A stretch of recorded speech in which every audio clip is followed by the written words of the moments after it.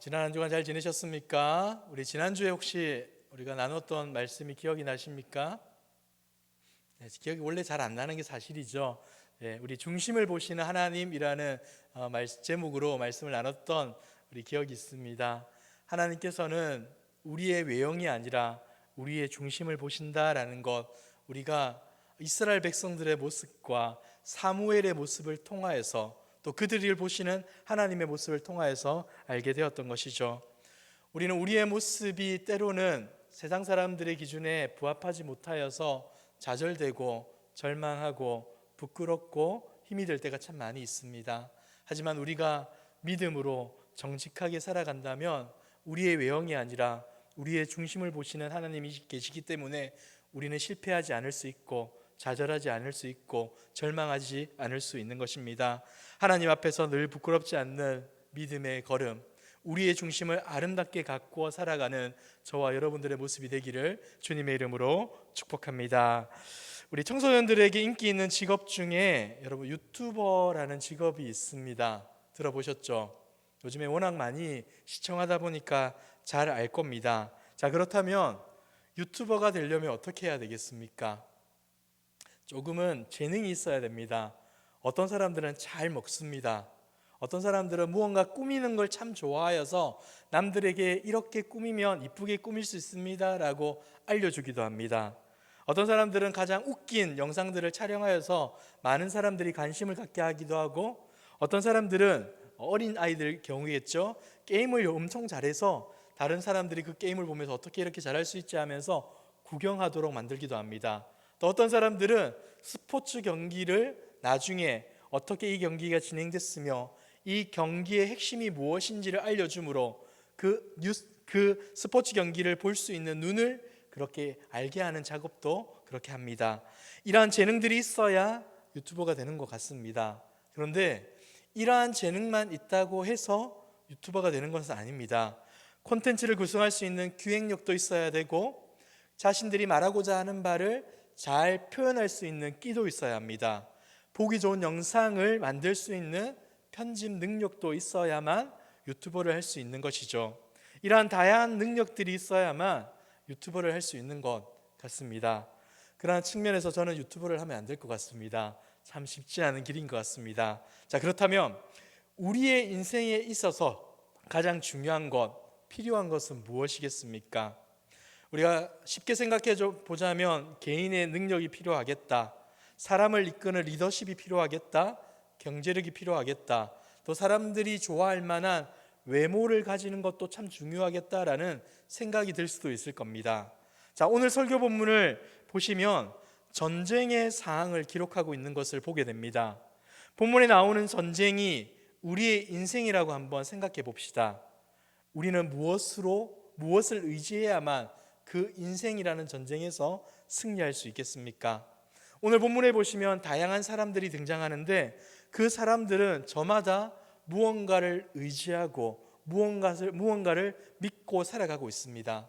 승리를 위해서 발버둥치며 살아가고 있는데, 그들의 모습을 보면서 우리가 정말 무엇을 믿고 의지해야 이 세상에 승리할 수 있는지, 이 인생의 삶에서 승리할 수 있는지 같이 한번 말씀을 통해 생각해 보도록 하겠습니다. 사무엘상 17장은 우리가 잘 아는 것처럼 블레셋과 이스라엘이라는 나라가 전쟁을 벌이는 장면이 나오고 있습니다. 특별히 그 세세한 내용을 보자면 우리가 잘 아는 다윗이라는 사람과 골리앗이라는 장수가 싸우는 장면도 이 본문에 등장하고 있죠. 블레셋과 이스라엘 전쟁을 기록한 사무엘상 17장에서는 중요한 인물 몇몇이 나옵니다. 그들은 저마다 자신의 방법으로 전쟁에 나아가고 때로는 그 전쟁에서 위축된 모습도 보이고 있습니다. 저마다 승리를 위해 필요한 것이 있다라는 것을 은연중에 보이고 있다는 것이죠. 우리가 첫 번째 알 수 있는 대상은 이 대상입니다. 바로 블레셋 군사들입니다. 블레셋 군사들은 이스라엘과 전쟁을 하기 위해서 에베스 담밈이라는 곳에 진을 치게 됩니다. 블레셋 군사들은 전쟁에 승리하기 위해서 무언가를 의지하고 있는데 그 내용이 기록된 것이 바로 17장 4절에 이렇게 기록되어 있습니다. 우리 같이 한번 읽어볼까요? 시작. 블레셋 사람들의 진영에서 싸움을 도두는 자가 왔는데 그의 이름은 골리앗이요 가드 사람이라 6규빗 한 뼘이요. 아멘. 여러분, 블레셋 사람들이 의지하는 대상이 누굽니까? 골리앗입니다. 이 골리앗은 겉을 보면 진짜 저 사람은 의지할 만하다라는 생각이 듭니다. 성경에 기록된 골리앗의 상황은, 외형은 이렇습니다. 키가 6규빗하고 한 뼘이라고 합니다. 이것을 지금의 수치로 환산하자면 3m가 약간 안 되는 크기입니다. 엄청 큰 것이죠. 우리가 잘 아는 서장훈이라는 아주 키 큰 농구 선수가 있는데 그 사람의 키가 2m 7이라고 합니다. 근데 그 사람보다 약 1m나 더 큰 사람이 바로 이 골리앗이었습니다. 그뿐만 아니라 그는 투구를 썼고 비늘 갑옷을 입었습니다. 비늘 갑옷의 무게는 약 50kg 정도 되고 그가 가지고 있는 창날의 무게가 약 7kg 정도 된다고 합니다. 너무나 놀랍지 않습니까? 얼마나 힘이 세고 강했으면 60kg 가까이 되는 그 모든 것들을 들고 전쟁터에 나아갑니다. 자신이 있었던 것이죠. 당시 전쟁 방식은 이렇다고 합니다. 양쪽 나라에서 각각 대표자를 한 명 내세워서 그들이 대결을 하게 합니다. 그리고 그 대결에서 승리한 나라가 그 전쟁의 승리국이다라고 하는 규칙이 이 당시에는 있었다고 합니다. 자, 여러분 같으면 이러한 규칙 가운데서 어떠한 장수를 내세우겠습니까? 당연히 힘이 세고 싸움을 잘하는 사람이지 않겠습니까? 이러한 측면에서 블레셋이 골리앗을 대표로 내세운 것은 너무나도 합리적이고 당연한 판단인 것 같습니다. 그렇기 때문에 이러한 골리앗은 자신의 강함을 자랑하며 이렇게 말을 합니다. 사무엘상 17장 8절과 9절에 보시면 이렇게 말을 하죠. 제가 한번 읽어드리겠습니다. 그가 서서 이스라엘 군대를 향하여 외쳐 이르되 너희가 어찌하여 나와서 전열을 벌였느냐? 나는 블레셋 사람이 아니며 너희는 사울의 신복이 아니냐? 너희는 한 사람을 택하여 내게로 내려보내라. 그가 나와 싸워서 나를 죽이면 우리가 너희의 종이 되겠고 만일 내가 이겨 그를 죽이면 너희가 우리의 종이 되어 우리를 섬길 것이니라. 여러분, 이 말에는 무엇이 담겨 있습니까? 골리앗의 기고만장과 교만함이 보이지 않습니까? 바로 블레셋이 의지했던 이 대상 골리앗의 모습이 이러하다라는 것이 이 본문에서 너무나 잘 등장하고 나타나고 있는 것 같습니다. 다시 말해서 힘세고 강한 골리앗을 의지하며 전쟁에 나갔던 것이 바로 블레셋 군사들의 모습이었다는 것이죠. 자, 두 번째는 이스라엘 군사들입니다. 자, 그들이 무엇을 의지하여 전쟁에 나갔는지는 사무엘상 17장 11절에서 이렇게 나옵니다. 우리 같이 한번 읽어보겠습니다. 시작. 사울과 온 이스라엘이 블레셋 사람의 이 말을 듣고 놀라 크게 두려워하니라. 아멘. 자, 이스라엘 군사들은 어떻게 한 겁니까? 골리앗의 말을 듣고 놀라고 크게 두려워합니다. 그리고 24절을 보시면 이스라엘의 모든 사람이 그 사람을 보고 심히 두려워하여 도망했다라고까지 기록합니다. 여러분, 이 본문을 보면 이스라엘 군사들이 무엇을 의지했는지가 은연중에 나오고 있습니다. 무엇을 의지했습니까? 골리앗과 같은 힘, 골리앗과 같은 외형을 의지했던 것이죠. 여러분, 우리도 마찬가지 아닙니까? 사람은 누구나 자기보다 더 강해 보이는 사람 앞에서 작아지기 마련입니다. 운동 경기에서 상대팀이 막강해 보이면 이기기 어렵겠다라고 생각하는 것이 우리의 심정이지 않습니까? 이스라엘 군사들도 블레셋 군사들과 마찬가지로 1대1 대결에서 승리할 외적인 능력을 의지하며 전쟁에 임했던 겁니다. 그러나 그러한 능력을 의지했음에도 불구하고 골리앗에 대적할 사람이 자신들 가운데 없음을 보고 두려워했고 도망을 쳤던 것이죠. 그들이라고 해서 다른 것을 의지한 것이 아니라 그들 또한 힘과 능력을 의지하며 전쟁에 임했다는 것을 우리는 본문을 통하여서 알 수 있다는 겁니다. 그리고 세 번째, 마지막으로 또 다른 인물, 바로 다윗이 나옵니다. 사실 이 다윗은 전쟁에 나올 수 없는 존재입니다. 왜냐하면 어렸기 때문이죠. 형제들 중에 막내였던 다윗은 나이가 어려서 전쟁에 나갈 수 없는 연령대였습니다. 하지만 형들의 안부를 확인하기 위해서 어느 날 전쟁터에 가게 됐는데 이스라엘 군대를 모욕하는 골리앗의 소리를 듣게 된 겁니다. 그리고는 너무나 화가 나서 이렇게 말을 했던 것이죠. 26절에 보시면 이렇게 말합니다. 다윗이 곁에 서 있는 사람들에게 말하여 이르되 이 블레셋 사람을 죽여 이스라엘의 치욕을 제거하는 사람에게는 어떠한 대우를 하겠느냐? 이 할례받지 않은 블레셋 사람이 누구이기에 살아계시는 하나님의 군대를 모욕하겠느냐? 하나님의 군대인 이스라엘을 모욕하는 골리앗을 그냥 두고 볼 수 없다라고 주장한 것이죠. 그래서 본인이 그와 싸우겠다라고 말을 하는데, 여러분, 이 다윗은 어린 학생입니다. 그런데 그는 어떤 마음이 있었기 때문에 이러한 용기와 결단을 가질 수 있었겠습니까? 사실 다윗이 이렇게 주장하자, 골리앗과의 대결에 나서겠다고 하자 많은 사람들뿐만 아니라 당시의 왕이었던 사울도 관심을 갖습니다. 그리고 사울이 그 다윗을 부릅니다. 보니까 너무나 꼬맹이지만 그래도 싸우겠다고 하니 믿고 보내려고 합니다. 자신이 입었던 갑옷을 다윗에게 줍니다. 어떻겠습니까? 여러분, 지난주에 사울의 키가 어떻다고 했죠? 다른 사람보다 어깨 위에 있다라고 얘기했죠. 머리 하나 더 큰 사람이 바로 사울의 키였습니다. 그런데 그 사울이 입던 갑옷을 어린 소년 다윗이 입었으니 얼마나 볼품이 없었겠습니까? 그리고 사울은 자신의 칼도 주었지만 익숙하지 않아서 괜찮습니다라고 사양을 합니다.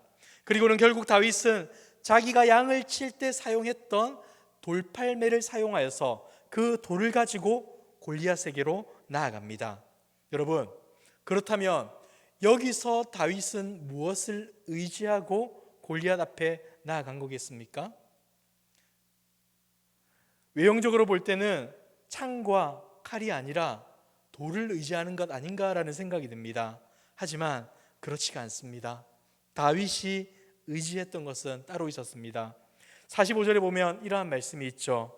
다윗이 블레셋 사람에게 이르되 너는 칼과 창과 단창으로 내게 나오거니와 나는 만군의 여호와의 이름 곧 내가 모욕하는 이스라엘 군대의 하나님의 이름으로 내게 나아가노라 라고 말씀합니다. 여러분, 무엇을 의지합니까? 칼이 아닙니다. 창이 아닙니다. 그렇다고 돌도 아닙니다. 누구입니까? 여호와 하나님. 만군의 여호와 하나님의 이름을 의지하여서 이 가운데 나아가고 있다는 것이죠. 전쟁의 승패가 인간의 외형이 아니라 인간의 힘과 능력이 아니라 하나님께 있음을 알고 이렇게 나아갔던 것이죠. 47절에 보시면 또한 이렇게 말을 합니다. 또 여호와의 구원하심이 칼과 창에 있지 아니함을 이 무리에게 알게 하리라. 전쟁은 여호와께 속한 것인즉 그가 너희를 우리 손에 넘기시리라. 아멘. 여러분, 다윗은 믿음이 있었습니다. 누가 싸우면 이길 수 있다는 믿음? 하나님이 우리와 함께 싸우시면 이 전쟁에서 넉넉히 승리할 수 있다라는 믿음을 가지고 나아갔던 것이죠. 돌을 가져가고 단창을 가져가고 칼을 가져가는 것 중요하지 않습니다. 하나님과 함께 한다면 그 어떤 것을 가져가도 승리할 수 있다는 믿음을 가지고 다윗은 전쟁터에 나아갔던 것이죠. 그래서 칼과 창이 아닌 여호와의 이름으로 자신이 돌팔매를 가지고 나아가 하나님의 이름을 가지고 전쟁에 임하여 결국 승리하게 되었던 것이죠. 사랑하는 성도 여러분, 우리에게도 다윗의 이러한 마음이 있었으면 좋겠습니다. 우리는 하나님의 이름을 의지합니다. 하나님을 신뢰합니다. 하나님을 붙잡고 이 땅 가운데 나아가겠습니다 라고 입술로는 고백하지만 정말 다윗처럼 이러한 삶을 살아가긴 합니까? 우리의 믿음의 고백을 교회에서는 믿음의 사람들끼리는 하지만 세상 가운데서 그렇게 말할 수 있겠습니까? 요한일서 5장 4절에서는 이렇게 말을 합니다. 무릇 하나님께로부터 난 자마다 세상을 이기느니라. 무슨 말입니까? 하나님의 은혜와 하나님의 은혜로 구원받은 성도는 세상에서 이긴다, 승리한다라고 약속해 주셨습니다. 세상이 수많은 힘과 수많은 문화들로 우리를 압도하고 우리를 괴롭히고 우리를 시험하더라도 우리는 무너지지 않는다. 우리는 패배하지 않는다. 결국에는 승리할 것이다. 이것이 바로 하나님의 약속이라는 것이죠. 그러면서 이렇게 또한 말합니다. 세상을 이기는 승리는 이것이니 우리의 믿음이지라. 누구를 믿는 믿음입니까? 우리의 돈, 우리의 스펙, 우리의 능력, 우리의 지식, 우리의 외모 아닙니다. 하나님을 믿는 믿음. 그 믿음을 가지고 이 땅을 살아간다면 우리가 승리할 수 있다라고 하나님은 분명하게 말씀해 주고 있다는 것이죠. 요즘은 스펙의 시대이고 성공을 하기 위해서는 다른 사람보다 더 뛰어나야 된다라고 말을 합니다. 근데 요즘만이겠습니까? 과거에도 그랬고 미래에도 그럴 겁니다. 그럼에도 불구하고 우리는 기억해야 합니다. 하나님의 백성인 우리는 기억해야 합니다. 이 땅을 승리할 수 있는 길은 스펙과 능력이 아니라, 외형과 지식이 아니라 하나님을 의지하는 것이다. 하나님을 믿는 것이다 라는 것 기억해야 한다는 것이죠. 사랑하는 성도 여러분, 우리가 이러한 믿음을 가지고 살아갈 때 하나님은 우리에게 승리를 주실 것이고 하나님은 우리를 붙들어 주실 것입니다. 시편의 기록 저자인 다윗, 시편 84편 12절에서는 이렇게 고백합니다. 우리 같이 한번 읽어볼까요? 시작. 만군의 여호와여, 주께 의지하는 자는 복이 있나이다. 아멘. 어떤 자가 복이 있다고 합니까? 하나님, 주께 의지하는 자가 복이 있다라고 얘기합니다. 아마도 다윗은 왕이었음에도 불구하고 이렇게 고백하는 겁니다. 권력이 있고 돈이 있고 수많은 주변의 환경들이 잘 갖춰져 있음에도 불구하고 나의 진짜 복은 하나님을 의지하는 것입니다 라고 고백하고 있는 것이죠. 사랑하는 성도 여러분, 다른 것이 아니라 오직 하나님을 의지할 수 있는 저와 여러분들이 되기를 소망합니다. 하나님을 의지하여서 흔들리지 않는 승리, 흔들리지 않는 만족, 흔들리지 않는 평안, 흔들리지 않는 기쁨 누릴 수 있는 저와 여러분들의 복된 인생 되시길 주님의 이름으로 축복합니다.